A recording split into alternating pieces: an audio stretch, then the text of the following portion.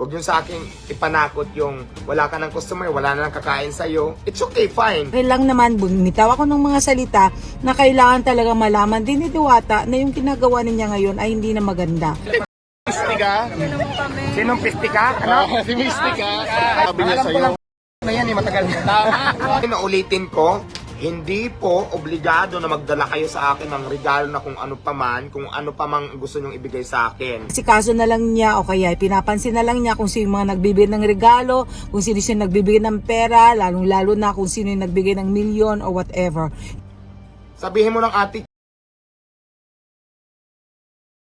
ito rin ako. Hindi naman pwedeng sunuran ako sa gusto mo dahil customer kita. Walang ganon. Kasi kung parisan din lang, alam ko na marami yung mga tao dyan na mas marami silang pwedeng puntahan, di ba? Kaysa pumila ng ilang oras, 2 oras, 3 oras, for what? Para lang ipahiya ng isang Diwata lang.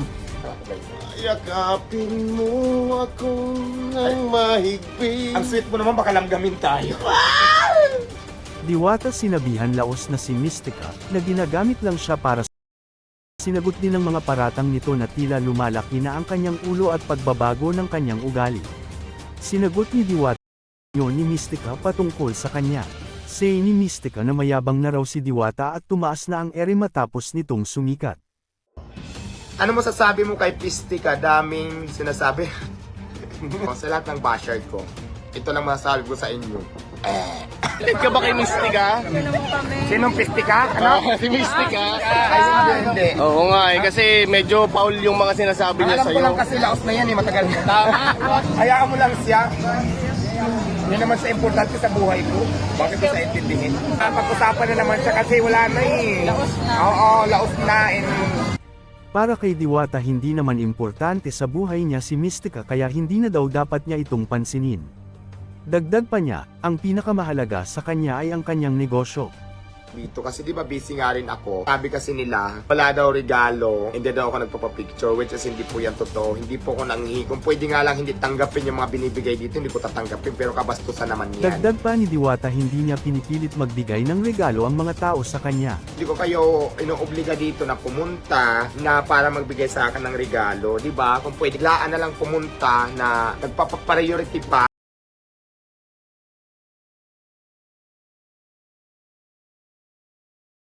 Na-appreciate ko yan para matikman yung Paris ko at makapagpa-picture tayo for souvenirs. So ngayon, ang gusto ko lang din maintindihan nyo na sana pag busy ako, kasi nagbibigay naman tayo ng time para sa magpa-picture, bigyan naman ako ng kahit konting pagkakataon lang para maayos, machiko kung ano yung kulang, makita ko,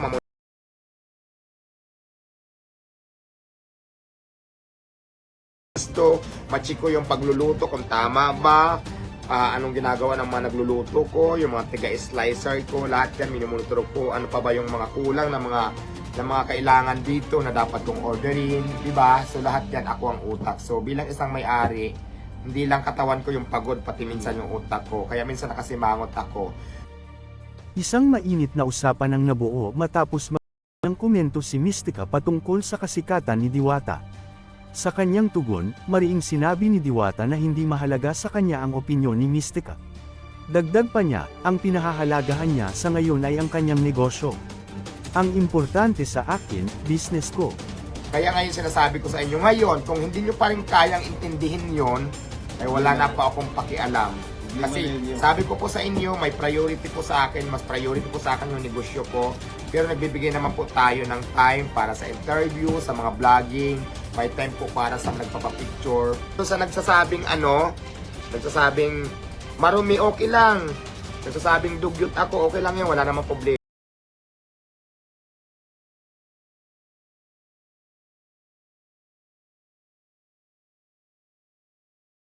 Kung basher ko kayo, wala akong pakialam kasi wala naman kayong ambag sa buhay ko.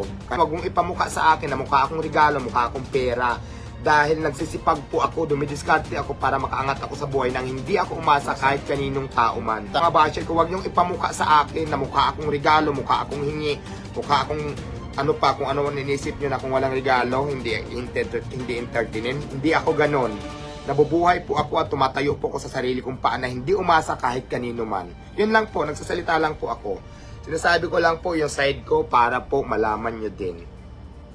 Hindi naman kasi deserve niya tulungan eh, ganyan-ganyan. Dapat yung iba nang mahirap yung tulungan. Di sabihin nyo doon sa nagbibigay, kayo ang bigyan, huwag ako. Kasi sila naman yung lumalapit sa akin eh, hindi naman ako. Yun lang naman yun, di ba? Kasimple. Doon nyo yan sabihin sa nagbigay sa akin ng mga bigay. Hindi sa akin kasi ako binibigyan lang din ako. Sino bang i-kiss ko, ikaw? Huwag na, kasi baka mag-viral na naman tayo. Sakapin mo na lang ako ganyan. Yakapin mo ako ng mahigpit. Ang sweet mo naman, baka lamgamin tayo. Ano sabi niya? Siya na pumusino ay hindi po maganda yung pakitaan mo ng masamang attitude na dumadayo dyan. Kahit ayaw mo magpa-picture, daan mo sa magandang salita, maintindihan nila yan kasi tao yan sila. Kusama mo yan, Diwata, pasalamat ka sa dinudumog ka ng mga tao. Yung ibang tindahan, nagatin ng, ay, hindi dahil porque pumunta ka dito, magpapa-VIP ka na. Hindi pa ako ganun. Huwag ka na lang pumunta kung ganun ang gusto mong throwing ko sa'yo. Lahat naman kasi in-entertain ko. Minsan lang talaga pag busy ako.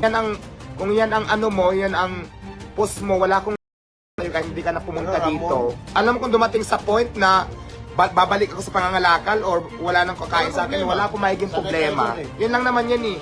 Huwag mo lang ipamukha sa akin na papilitin mo ako na gusto ko sundin yung gusto mo dahil pumunta ka dito, nag-import ka sa halagang 100 pesos tapos obligahin mo ako. No! Pasensya na. Hindi po ganun. Hindi ko nila lahat ng taong ganyanin. Kaya lang talaga may mga taong makukulit na gusto magpa-importante talaga sa akin. Hindi po. Okay lang, hindi ka na pumunta. Wala naman tayong problema doon. Dumating man sa point, to the point na wala nang kakain sa akin, why not? Wala namang problema. Kasi kayo yan, hindi, wala akong magagawa dyan. Maghanap ng ibang racket. Maghanap ng ibang pagkakitaan para mabuhay ako. Yun lang naman, ganun kasimple. Pero kung ipopost nyo sa akin na kakain ka ng 100, mag-VIP ka, hindi naman ako ganun magtrato. Sabihin mo ng attitude, sabihin mo na kung anong gusto mong sabihin. Basta yun, ikaw yan eh. Ito rin ako. Oo. Hindi naman pwedeng sunsunuran ako sa gusto mo dahil customer kita. Walang ganon. Sabihin mo ng attitude, sabihin mo ng ano, okay lang. Wala tayong maging problema doon. Basta ako, Bigas daw. ayaw ko maging plastic. Sabihin ko rin yung gusto kong sabihin, di ba? Tama.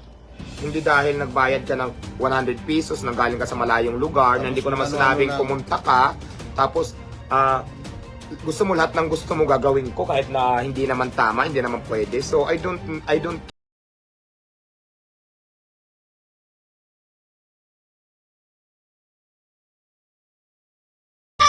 mamaya tayo maglabing-labing. Alam mo yung mga pananakot nila, Sino? babagsak ka rin, babalik wala ng customer, okay lang. Sanay kami sa mantika at saka asin. Handang-handa na tayo dyan. Huwag yung sa akin ipanakot yung wala ka ng customer, wala na ng kakain sa'yo. It's okay, fine. Kasi kung hanggang doon na lang, yung pagtitinda ko ng Paris, ano magagawa natin? Ayaw na nila. Sa normal. Mag-iyak-iyak tayo. Diba? Hanap ulit ng ibang diskarte para mabuhay. Kung nagsawa na sila sa papayas, ganun yung mindset ko eh. To the point na hanggang doon na lang yung effort ko, hindi natin ang kilik, wala nang kumain, huwag niyo akong takutin. It's okay. Sanay ako dyan. Fine. Handa na po ako dyan lahat. Ano mo sasabi mo kay Pistika? Daming sinasabi. Sino yon? Ayaw ko na mag-comment. Uy, arte mo ha? Ayaw ko na mag-comment. Isa lang masasabi ko sa kanya. Masyadong papampam. Wala naman kasi silang naitulong sa buhay ko. Bakit ko sila papansin? For what?